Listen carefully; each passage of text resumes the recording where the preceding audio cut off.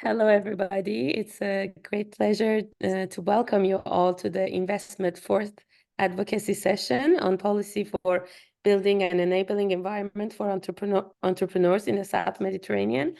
I'm Yegane Furuheshwar. I'm a senior researcher at the Euro-Mediterranean Economists Association, EMEA, which is a project partner in the INVESTMED project. And it's a great honor to moderate this session with this distinguished speakers from academia, mainly from different countries, Jordan, France, and Italy. Sandra Shalita, you're associate professor at OM Lyon Business School. Mai Shaban, assistant professor of banking and finance at Al-Zaytun University of Jordan. Najat El-Mekawi, professor at Paris Dauphine University. And Carlos Esaiver, the former president and research director at the Institute of Studies for Integration of Systems. So I would like to welcome you and thank you for accepting our invitation and in order to participate in this session and present the policy papers. So this session is about building an enabling environment for entrepreneurs. As we all know, entrepreneurs in the region are facing various challenges like access to finance, skills mismanagement, among others. And I think it's very key to tackle these challenges. And it's of high importance for us to promote entrepreneurship in the region because of the high proportion of the youth in the region that they don't have a job,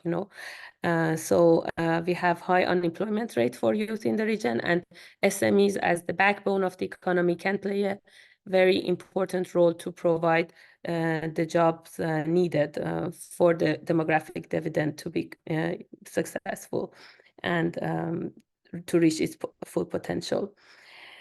So it's very important to tackle these challenges by SMEs, but also I think we all agree that our current economic system requires a fundamental change towards becoming more respectful towards our nature and planet, and also respectful towards people and the society. So we had last week COP28, which was just been closed, and we heard a lot about these challenges and importance of and urgency to take action to save our planet, basically, and by shifting towards more green and sustainable businesses.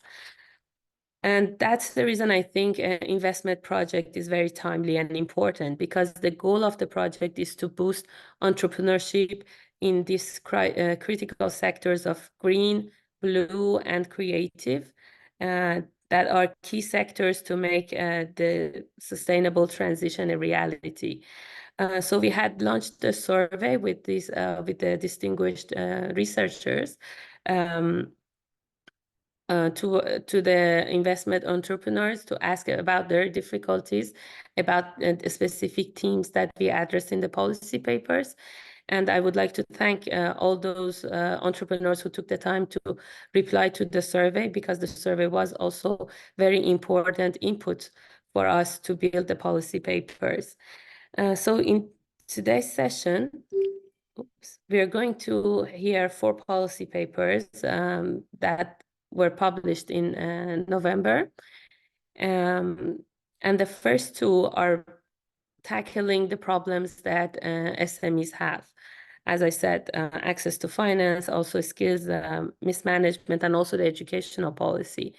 The second 2 policy papers are more in the second challenge that I discussed, that how businesses will allow us to shift towards a more responsible and respectful economy, and how to make the transition towards sustainable and also more shifting from only profit seeking to businesses that take into account some social objectives, some green objectives, and tackle different problems of the society as well. So the first paper we are going to hear about is entitled Proposals to Align Education Policy with the Needs of Green and Cultural and Creative Sectors, the case of Egypt, Lebanon, and Tunisia. It is presented by Sandra Shalita. I would like to give her the screen and the floor to present this amazing policy paper. Please, Sandra. Hello, Yegane. Thank you very much for the introduction. I don't have access to the share of the screen.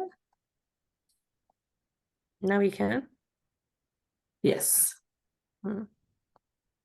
Okay. So, thank you. Thank you for the opportunity to present this policy paper. We tried in this policy paper to tackle the education sector, to try to understand how to improve the education sector to meet the needs for green and cultural creative sectors. We focus on the 3 target countries that were targeted by INVESTMED: Egypt, Lebanon, and Tunisia. So basically, as Yegane, you just said, the economic context is challenging, not only for SMEs, but for the economy as a whole. The 3 target countries have difficult and unstable economic context with high level of debts, with increasing inflation, and severe consequences also of the COVID crisis on their economies. So, as I said, since they are having difficult economic situation, the public sector education is deteriorating. And even though that the educational sector and the ministries of education has shown in the 3 target countries that they would like to include sustainability issues in the education. So it is a priority, but in the same time, the means are not there. And we have also observed, and we are observing, that the green and cultural creative industries are relevant in the 3 target countries and are important for sustainable growth. So we tried through the survey to investigate whether, the entrepreneurs, ask them if they find that the educational sector provides the skills that are needed to develop their businesses on green and creative businesses. And as we observe in our survey, that universities and private schools provide a little bit more than vocational training schools and public schools, but still it is not effective and it's not efficient. There is more needed to be done to improve this the education for this sector, these sectors. So in order to read the different type of education, we used a framework of DEEP in 1987. It's a very known framework to differentiate different types of education. So we have the formal education, which is the structured education, the classical education of universities or schools. So we have a fixed curricula and this type of education, while non-formal education is more an open education with online certificate, with distance learning, with more innovative approaches and more freedom in the curricula. While also indirect, or basically what they call informal, but we decided to call it indirect education. Basically, it's more the education for the public by raising awareness. So we try to see the context of the 3 countries on these 3 types of education, and we try to provide recommendations for the green sector, but also for the cultural creative sector. So on green economy, as I previously said, there are national policies that are existing in the 3 target countries to include the green economy in the education curricula. However, the implementation is not the same throughout the different countries, and is still weak. We have weak implementation for these policies. The international organization play an important role to support educational sustainability, especially the UNESCO initiative of ESD.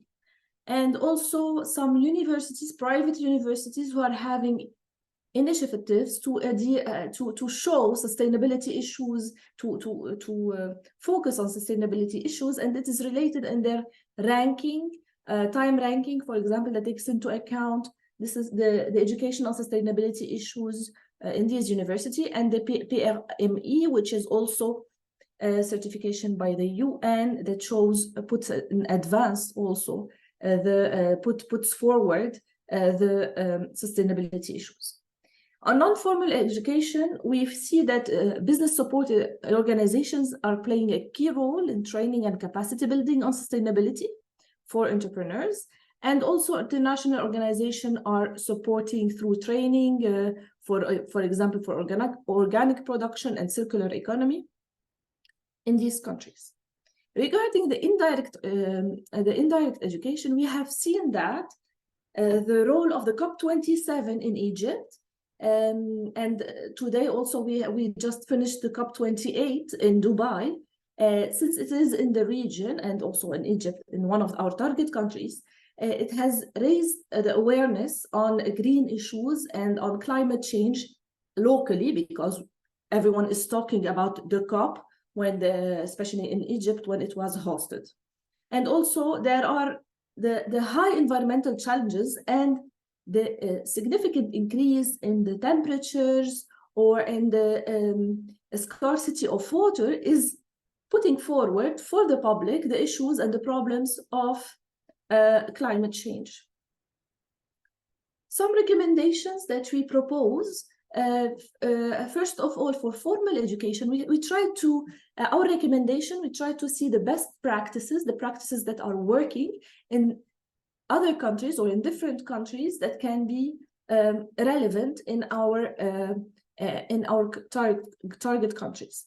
For example, in schools, we observe, for example, in France, there is this eco-representatives elections that are going on in schools. So students raise awareness between each other on ecological matters. Also on capacity building for educators on different levels, that is important, especially in the public sector where we have scarcity of resources. We recommend also to provide grants to support researchers on these topics. Also some business collaborations with universities to solve some polluting problems. So partnerships with universities and businesses have proven to be successful in Europe on climate change issues. Also, there is an activity that is being done in universities, but also can be done in a workplace as team building, which is the climate fresk, which is an integration days for students, or it can be a team building, and it opens the discussion on climate change issues and on how to reach sustainability, and it's for free, and it has proven to be a very large success. There's also vocational training on green jobs that are necessary, especially on circular economy issues in vocational training schools. For non-formal, also there is the learning by doing, greening the schools, doing recycling, for example, zero paper policies in schools and universities, also the development of certification in collaboration with business, and online teaching, joining academic and practices and the practice on green issues. So also this can be in collaboration with ISO norms to show safe, green, to promote safe and green innovative jobs. Also, we propose mandatory training for policymakers and elected representatives on climate change issues. That is not always the case. Their awareness on this subject are not always the case, and it can boost the policies that are targeting more sustainability. Regarding indirect education, we can include environmental issues in the public debate, especially in the context of increasing heat waves. So in the public debates, in the political debates, this subject needs to be risen. And also a policy that has proven to be working, to be a good practice, is to restrict plastic bag use in supermarkets. Why? Because it's a very simple policy to be implemented, and at the same time it allows to raise awareness for all socioeconomic segments, and with very simple day-to-day gestures. On the cultural creative industries, however, the development of policies is much weaker than on green economy. So we don't have any national definition for this sector in the three countries. Very little is included in the school curricula. We observe that in private schools, there are initiatives to include music and arts in their program, but it is very niche and needs to be more democratized. There are also some field visits to museum, cultural heritage sites that are already in some schools, and festivals and awards in art schools that are more and more being financed by international organizations. On non-formal, we find that training supported by international organizations on artisanal, sustainable tourism activities are proven to be successful. On digital skills, business development also are successful. On indirect education, the listing of cultural heritage sites, food on international rankings improves this sector, and the role of media and TV shows in promoting these sectors is important. Also, we highlight the role of authorities in supporting local artists. Some recommendation at school levels to make music and art classes mandatory, at least half day a week for such activities, with partnerships with local actors such as local theaters or local pubs that have cultural spaces. Also, local theater collaborations, so as I said, it's a collaboration with local theaters and artistic schools, a creation of dual program at university level of arts and management, and partnerships to create cultural and creative Erasmus programs. On non-formal education, there are also some best practices on gaming and digital innovation tools for creativity at lower costs, and also providing sustainable tourism certificates that were proven to be useful, and they develop each of these tourism sectors. On indirect education, we would recommend to dedicate public spaces for creativity and innovation. It does not cost a lot of money, and it allows to have public spaces for art expression. And also we highlight that it is important to promote the different arts through media. It's not only commercial art, but also to try to go beyond this and to provide a platform for different artists. So to conclude, so the initiatives are multi-stakeholder. It's not only the role of the government or of the public sector. We need to have a multi-stakeholder approach and a long-term approach for improving the skills on green and cultural economy. It should be based on capacity building, on open science, and collaborative methods. For further information, you can have the full version of the paper on the following link and on EMEA website. Thank you.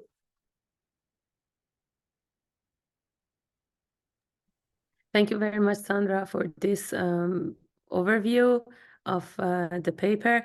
I find it very interesting, the framework you use in order to distinguish between different forms of education, formal, informal, and indirect. And I have the impression that in many papers, sometimes we have the tendency not to tackle the indirect education, which is as important, like creating awareness and doing public activities in order to inform and educate people and big public. So thank you so much for sharing this. We're going to come back after all of the presentations to the round of discussions. And I would also like to invite the attendees to share their questions and insights through the Q&A, and we will come back to them as well at the end of the presentation of the 4 papers in the discussion round. So let us move to the second paper on the role of guarantee schemes in promoting financial inclusion, the impact of digital solutions. So this paper is by Mais Shaban, and it tackles this key issue of access to finance for SMEs and entrepreneurs. Thank you so much. So the screen and oops, is yours. Yes, the screen and the floor is yours, please. Thank you, Yagane. Let me share my screen.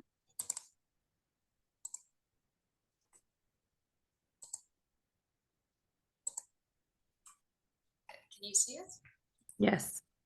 Great. So thank you for the introduction. And as Yagane mentioned, I'll be presenting a paper on the role of credit guarantee schemes in promoting financial inclusion, mainly MSMEs access to finance, which, as you mentioned, is an important issue to tackle in the region.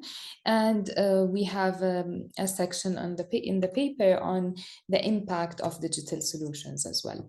So let me start by giving you a brief background on the state of MSMEs financial inclusion. In the MENA region, as in other regions of the world, these enterprises play a key role in socioeconomic development. They are the largest employers. They help in reducing unemployment rate, promote innovation, stimulate economic development, but their viability and growth is strict by lack of access to finance, and they remain significantly underserved by the lending institutions, by banks. So I give you a few examples. In the MENA region, we have the highest proportion of MSME finance gap, measured at 85%. Only 24% of firms have a bank loan, which is lower than the world average. The value of collateral is 199%, which is also higher than the world average. And in a recent survey addressed to investment sub-grantees that you mentioned before, 73% of respondents, they state that access to finance is a high impact barrier for their development. So this brings us to the role of credit guarantee schemes, or CGSs. They've been a key policy intervention in facilitating access to finance for MSMEs. And as a risk-sharing mechanism, they reduce the credit risk of MSMEs. They make their financing more available and affordable by lowering the costs, lowering collateral requirements, and so on. In some instances, they also perform capacity building, and they play a key counter-cyclical role in times of crisis. For example, what we witnessed in the COVID crisis, where they were a key tool to enhance the economic recovery. So these schemes have been growing significantly in the MENA region, and they've been doubling their portfolios in the recent years. They also state that the estimated percentage of borrowers that would not been able to receive a loan without a guarantee is not less than 70 to 80%, highlighting their financial and in turn their economic additionality. And all of these information are mentioned in the paper. We obtain these information from a survey addressed to EMGN members, the Euro-Mediterranean Guarantee Network. However, these schemes state that there are a number of constraints to their development. And looking at the countries of interest to this project, for example, in Egypt and Tunisia, the key challenges and constraints are risk aversion or lack of interest from the lending institutions, lack of awareness about the existence and operations of these schemes, and low quality of loan or guarantee application. And additionally, they relatively have limited products and services. Of course, in Lebanon, the situation is more complicated. The economic conditions and the banking sector has collapsed, which in turn suspended the guarantee scheme in the country, kafalat, except for some grants from multinational institutions. So this brings us to the key policy recommendations in the paper. The first couple of recommendations are related to digital technologies. And in the paper, as I mentioned, there is a section highlighting the current practices and the advantages or the importance of these solutions in enhancing credit guarantee schemes outreach.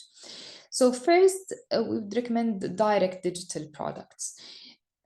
As a direct link between the credit guarantee scheme and the borrowers, MSMEs, have the potential to solve for challenges of financial institutions' lack of interest. This lack of interest could be related to risk aversion, excessive administrative requirements, unclear definitions of eligibility, and so on. However, these digital products can increase the outreach to eligible clients and could be more accessible because they can apply, for example, online regardless of their location. The second recommendation is also utilizing different digital technologies, whether through accelerating their procedures, digitizing their business models, building scoring models, developing data-driven products, and so on. This could enhance their visibility, their productivity, their efficiency, and ultimately enhance financial inclusion of MSMEs and maybe result in a better pricing. The third policy recommendation is about scheme awareness programs. As I mentioned, our research shows that the knowledge of MSMEs on the existence and operations of these schemes is rather limited. So adopting a multi-channel approach for creating awareness is key to increase their outreach. This could be done through electronic media, for example, social media, which can approach younger generations, conducting workshops and seminars, approaching business incubators, and so on. And closely related to the previous presentation, I would recommend new products for green, blue, culture and creative industries. So the schemes now in Egypt, Tunisia, and Lebanon, they don't have special products for these sectors. And these are key sectors, as you said, the Yagani in accelerating green transition, sustainable development, job creation, and so on. And we have current challenges in the region related to pollution, climate change, and overexploitation of resources. So supporting these sectors is very important. And access to finance is one of the major challenges that these sectors face. So the recommendation is to introduce special products to target these sectors with favorable conditions. For example, provide them with higher coverage rate, lower fees, accelerated procedures, and so on. And this is not really a new thing, because in COVID, this is what the schemes have done. They've introduced special products for COVID with favorable conditions to solve for the immediate crisis. So this can be also key to enhancing their financial inclusion. The fifth policy recommendation is about capacity building. So from the demand side, MSMEs face a number of challenges, including lack of transparency. They don't have clear financial projections. Sometimes they lack skills even, which can lead to rejecting their loan or guarantee application. So maybe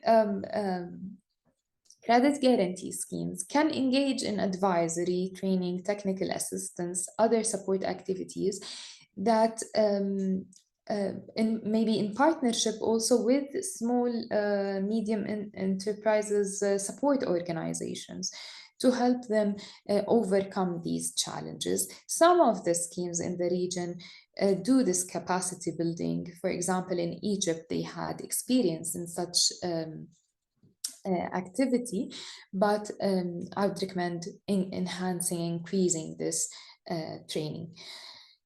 Finally, introduction of a regional counter guarantee scheme. In other regions of the world, this, especially in Europe, this regional counter guarantee scheme exists. We don't have in the MENA region. This is a risk mitigation tool that can really foster the scheme's credibility and outreach. It provides them with leverage so that they can further extend guarantees. So the recommendation is to set up a regional counter guarantee scheme that has a dedicated and focused mandate related to sustainable development as well, which would create a meaningful economic impact and at the same time enhance access to finance for MSMEs. So this is it for me. Thank you very much. And back to you, Yagane.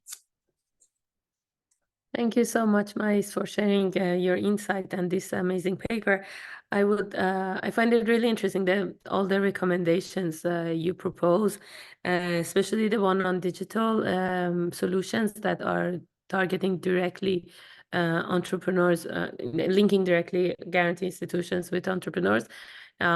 This is something that is currently not applied in the region, and I really share your opinion that it has a high potential to facilitate the access to finance for entrepreneurs and also reduce the cost of access into finance for them.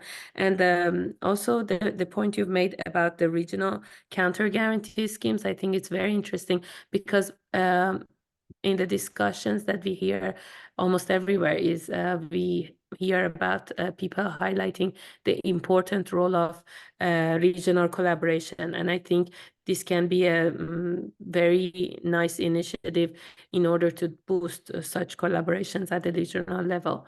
So thank you very much. I will come back to you with my questions in the discussion round. But let's move on to our next paper. So the third paper we're going to hear now is about the social enterprises and the importance of them in the region. So it is entitled Fostering Social Enterprises in Egypt, Lebanon, and Tunisia, Challenges and Opportunities. So I'm very eager to hear more about this paper by Najat El-Mekawi. Please, Najat, the floor and screen is yours. Thank you, Yagane. Let me share my screen, please.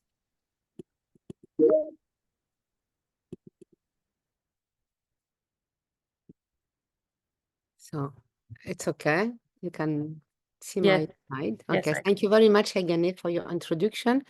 So I'm going to present the policy paper on social enterprise in Egypt, Lebanon, and Tunisia. So as you said at the beginning of this session, so our economies face different challenges, many challenges: unemployment, exclusion, inequality. We have different economic shocks, social shocks, poverty, and global warming. So it is against this backdrop, that we are witnessing the emergence of social enterprise, businesses that have a specific objective, that it's a social objective. And this social enterprise are included in the social and solidarity economy. That include also economic activities of communities and voluntary organization. And it's in this situation that we have everywhere today in developed and in developing countries, that the social and solidarity economy become a very important economic driver in many parts of the world. So just to give you one statistic, in 2017, it was estimated by ILO that over 100 million people are employed by SSC's institution, and social entrepreneurship in this context is one of the emerging phenomenon. So social enterprise have a significant impact on creating decent job and improved living standards. So for Africa, another statistic is shown by the research by Baran and co-author. The direct job projected to rise in social, thanks to social entrepreneurship, is projected to rise from 4.43 million to 5.46 million across African countries. So the social enterprise have more visibility today, and we can evaluate their economic and social impact in many countries. So what we have observed and what we could highlight from this survey that we have designed, all the team. So just to remind that the selected entrepreneurs in the survey are active in blue, green, and creative sectors. And one question, it was about their, if they have any social mission, if they have women employed, or if they employ young people. So this question highlight that the response that 83% of them declare having a social objective and creating jobs, opportunities for young people and women.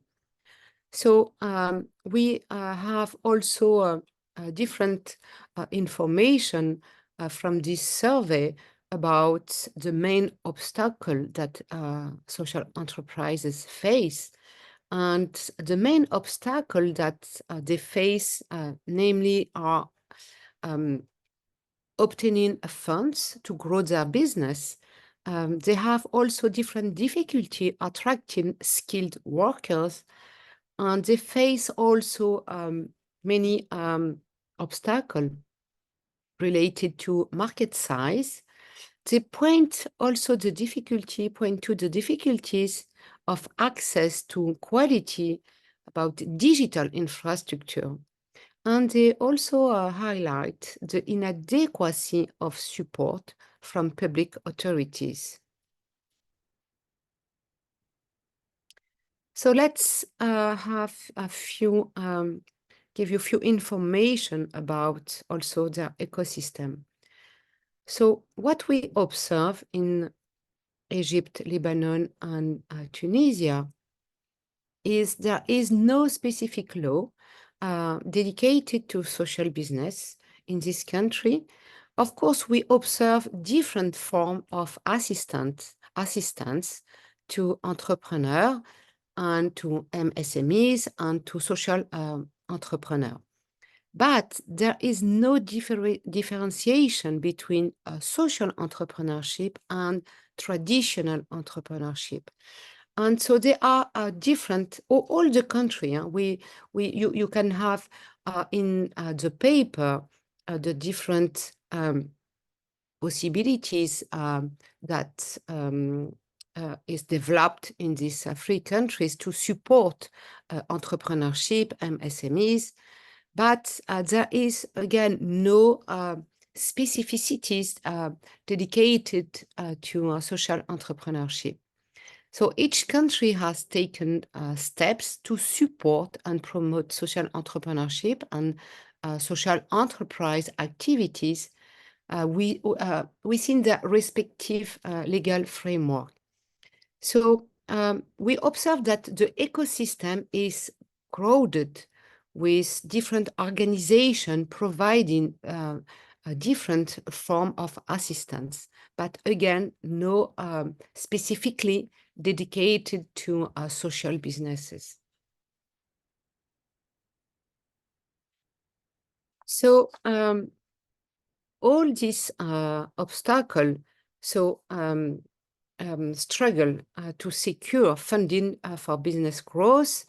And as I said at the beginning, this difficulty to, in terms of skill to retain and to attract and to retain skilled workers, and the challenge related to market size and about the digital facilities, as I said before.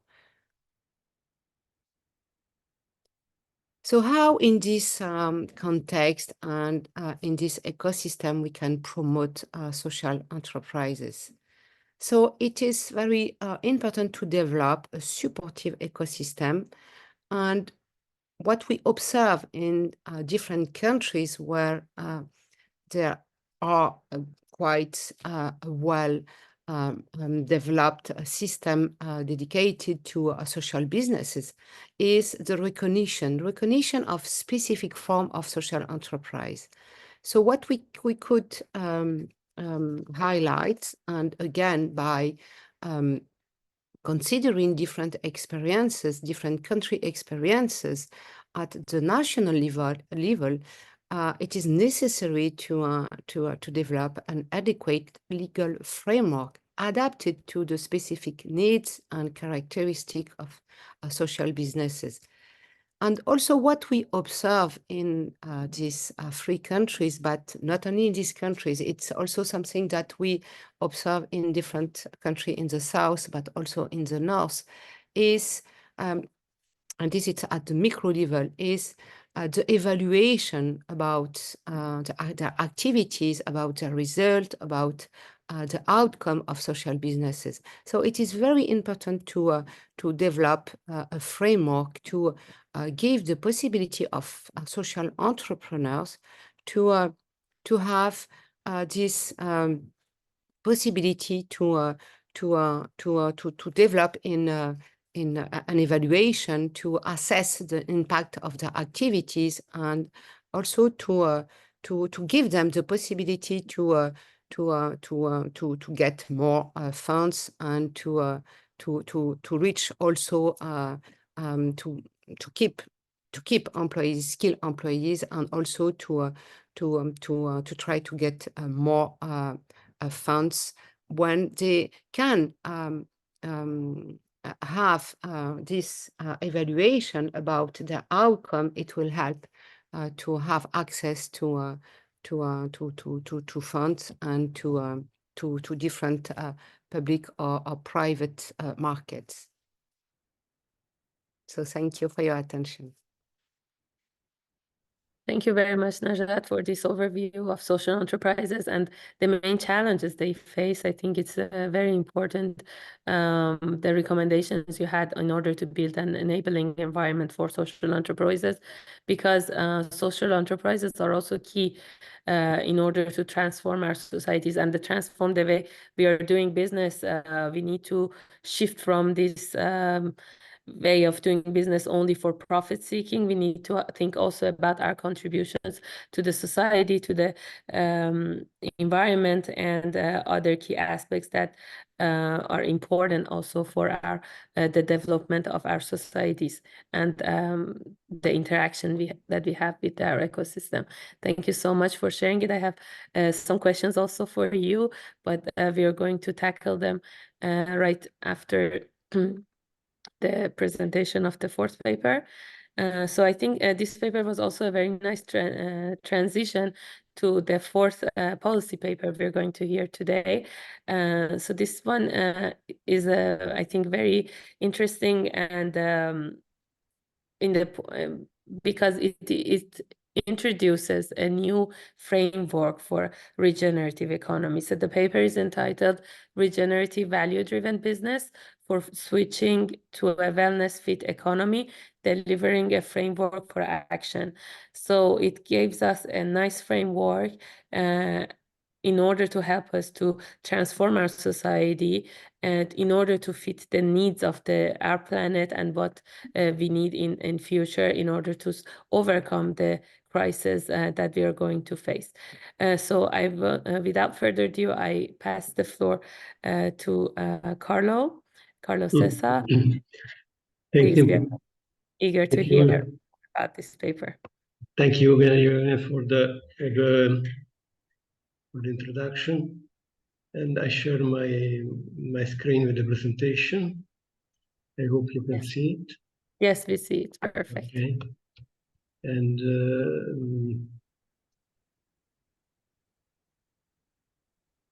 okay. Well, as introduced by Yagane, this presentation goes after the one on that was concluding with recommendation about fostering a legal framework, a framework for social enterprises.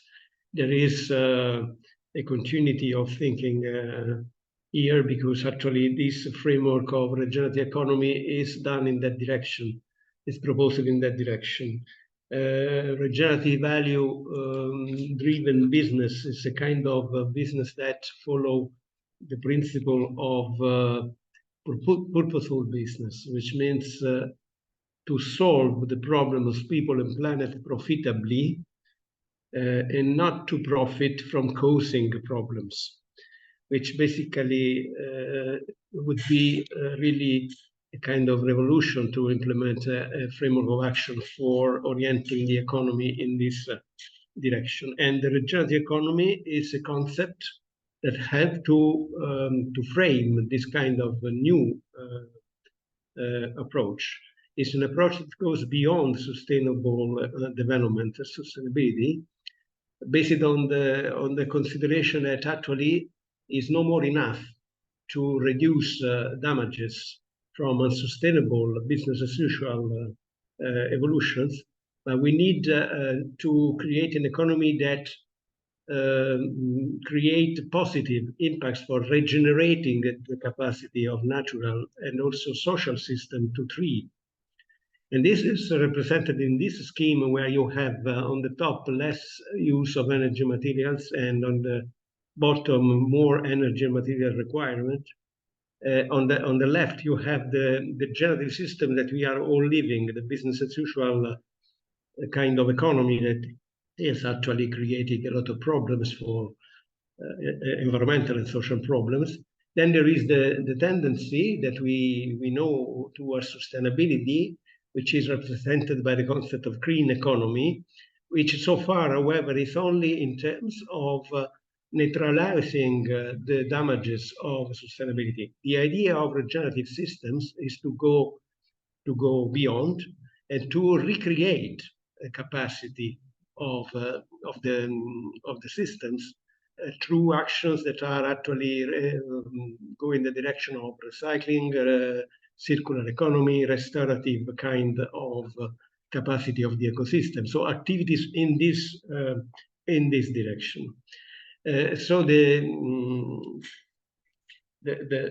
main question becomes how to pursue a regenerative development, about how the economy work in such a way that we improve the capacity of the underlying support system. The underlying support system are the people, the society, the natural living systems. So the economy should become something that serves the thriving of these systems and not the contrary, extract resources without and create damages in terms of pollutions, as it is the business as usual. So from doing less bad, which is the sustainability vision, to doing more good, which is the regenerative vision. And actually this means to take a kind of attitude for the business sector and the business leaders of a system value creation, not only the value of their own company, but how each company in its activity can contribute to improve the value at the system level. Helping others to reduce their damages, for example, or creating conditions for also others improve their behavior, having a positive impacts. In the paper, there is an annex that is not represented here, where there are a lot of examples of practices that can be considered regenerative, circular economy, regenerative kind of issues, but also in the social sector. An intermediate way for going from the more top conceptual principle of regional economy to the application of this principle in the sector is done in this slide for the green economy, the blue economy, and the cultural and creative industries, where you see that, for example, for the green economy means to prioritize real wealth, focus on long-term ecosystem and community health, activities that goes in that direction. Enhance resilience, cope with environmental challenges through strength and redundancy, and not only look into short-term efficiency of processes. In the blue economy, again, the similar principles are applied in the field of the marine, applied to marine resources. So consider ecological and social value of marine resources. Relationship over transaction mean build relations between different parts of the Mediterranean system for encouraging long-term stewardship of the marine resources in the Mediterranean, and embracing a system view. And in the creative and cultural industry, there is the importance of local culture, so in tradition, the possibility to build upon this local culture for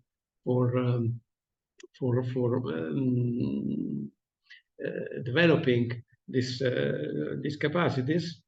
Prioritize again the relationships between different suppliers of culture, artists and managers and of the cultural industry, and empower participation, because citizen participation could be to decision making, to improve the creativity of decision making, and especially improve with new consideration of citizens' needs and expectation, improve the policies. And the paper is concluded with 4 key recommendations, policy recommendations, which are a recommendation of high-level venture. So the kind of outcome of this paper is more strategic. The first is to foster regenerative research, means building a research and development infrastructure for promoting regenerative business. Because regenerative business need to be fostered, need to be triggered. It's not so spontaneous to have this long-term view, and you need to create the incentives and the culture for having this kind of system thinking attitudes. One concrete way would be to setting up a regenerative economy research and business forum that aim to advance sustainability and regeneration in the economy through innovation and cross-sector partnership. A network of academic and non-academic research institutions and leading companies in regenerative business field can be created, expanding and connecting ongoing international projects. In the paper I mentioned an Horizon Europe project that will start in January for 5 years. Cross Race is the name, where EMEA also is involved, that goes exactly, have this aim of creating a network of research of non-academic and academic actors on regional regenerative economies. And the second recommendation is regenerative policy making. How to, what I define here as regenerative policy making? Policy making that look for, with a forward-looking stance, looking to the long term, and to for helping government and business stakeholders to formulate regenerative transition scenario and long-term strategies. For this, the proposal is to set up a strategic foresight group. An example is given by the strategic foresight unit of the European Union, of the European Commission, that is pushing for this kind of policy making. But the idea is to create a more open strategic foresight group for the Mediterranean to help to develop this scenario by organizing scenario workshop focusing on the transition to regenerative economy paradigm and economies in the Mediterranean. The third recommendation is again regenerative dialogue, because it's not only a matter of experts, policymakers and foresight experts to think how to improve and how to make a transition to this paradigm, but really to have a more pervasive action in the society by organizing dialogue across the Mediterranean involving government, business, social stakeholders and citizens in discussing these prospects for a regenerative economy. What does it mean in terms of environmental and social benefit and addressing the needs of the stakeholder and the population. And finally, and this is the recommendation that directly is linked also to the last presentation before me from Neja, is regenerative investment, which, or another name is impact investment, is schemes for promoting impact, for promoting impact investment capacity and funding schemes in the Mediterranean. These are schemes where the incentive to produce a positive social and environmental impact is embedded, built into upon the computation of the return from the investment. And are financial incentives, and for this reason are of main interest of the social entrepreneurship sector. We could be the main actor of this impact investment, but they should be supported by developing European Union or national or in the Mediterranean also for regional cooperation investment funds, as well as technical assistance to build up the capacity of all actors concerned, the government, the banking sector, and the social business that should deliver this kind of regenerative investments. So this is the final recommendation of the paper. And thanks, Giovanni, thank you for listening. Thank you very much, Carlo, for sharing your insight and sharing with us this nice framework of regenerative economy. I think it's very important for us to imagine new ways of doing business and thinking of a way to transform from degenerative current approach towards a regenerative, where our activities can contribute to the well-being of our ecosystem rather than being destructive. And thank you also for sharing these concrete examples of the three sectors of regenerative economies application with blue, green, and creative. And I would also like to make a note about your point about having a regional collaboration for developing regenerative funds.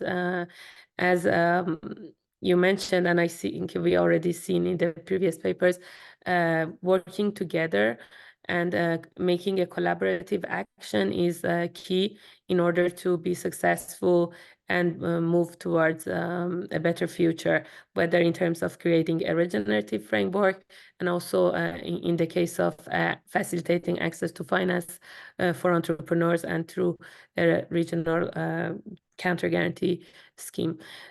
So I think the next item in the agenda is a discussion.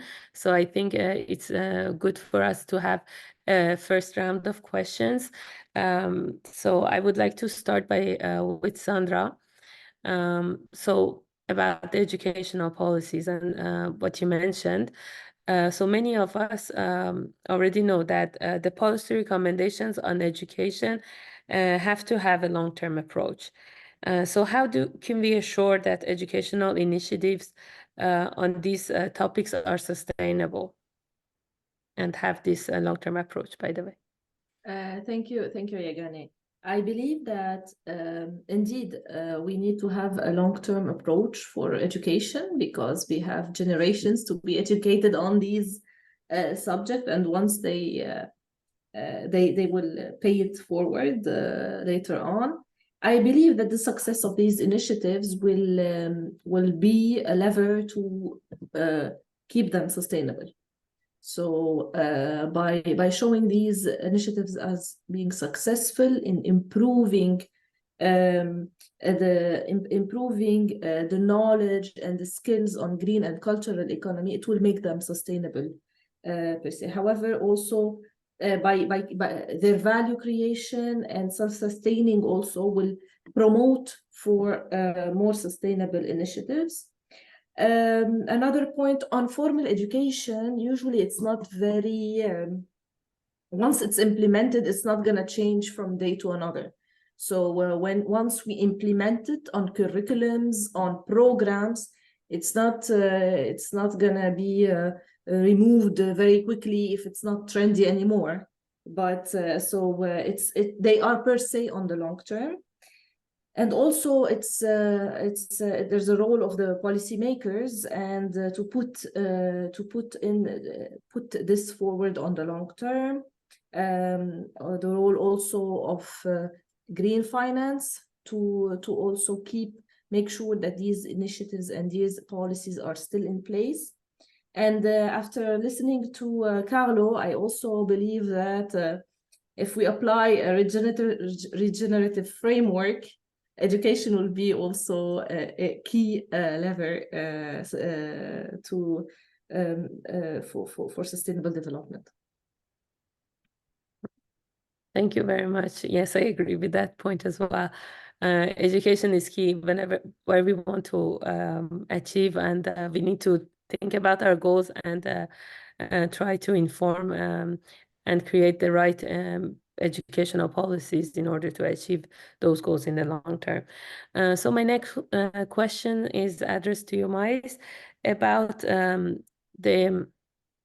because you talked about different credit guarantee institutions and the role of credit guarantees in order to provide better access to finance for SMEs.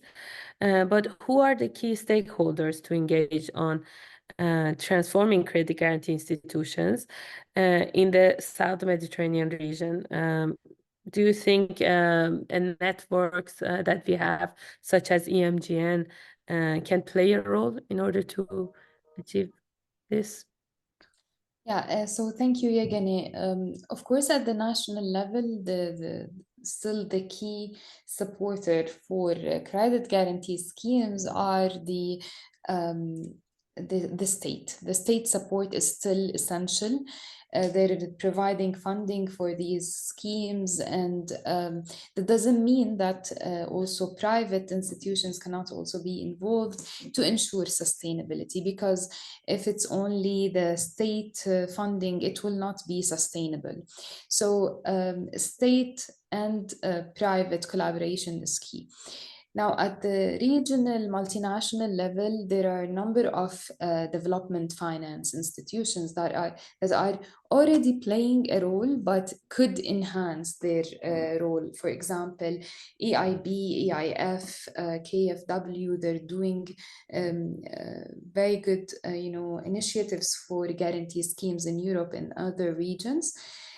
Also multilateral, organizations such as the Arab Monetary Fund, they've been also involved. They're mainly involved with central banks, but because central banks are supporting these schemes, so they can still play a significant role. UN agencies, other development donors, GIZ is playing a key role in this matter, maybe USAID as well.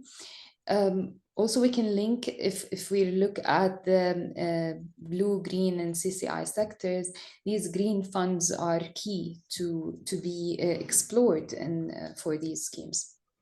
Now, the other part of your question on the networking, I agree that the guarantee fund networking is very important. Now, from our experience with EMGN, they've been sharing their knowledge, their expertise. There've been peer-to-peer, learning and training. This not only provides them with solutions and ways to develop these schemes, but also they're raising awareness among other stakeholders. For recommendations like a regional counter guarantee scheme, for example, these networks can play a very important role. From EMGN as well, for example, you've been involved, we had working groups and the training on digitalization, for example, where we had experts that provided tailored solutions, digital solutions for these schemes. We've had also working groups on counter guarantee schemes where we evaluated the need and we prepared a pre-feasibility study. So this all, of course, needs someone to donate funds and so on to be able to implement, but it's still, these networks can together, the members can together collaborate to enhance their own role. Also, these networks provide awareness, whether to borrowers or other stakeholders. So yes, this is what I think of the stakeholders on the networks. Thank you so much. This is all clear, and I think very holistic approach. You had all of the stakeholders and also the different roles a network can play in order to enhance counter guarantee schemes and also development of guarantees in the region. I think it is very well said. Thank you so much. The next question, I think, is for Najat for the social enterprises. So one of your recommendations was that we need to have a better legal framework, and in many countries that we target in investment project, this doesn't exist currently. So what benefits would the legal framework, in your point of view, would bring to social enterprises? Why do we need it? Thank you, Yagane. So a legal framework provides official recognition. And when the regulatory framework is well established, what we observe when we have this official recognition, it gives an access to funding and support and different support program.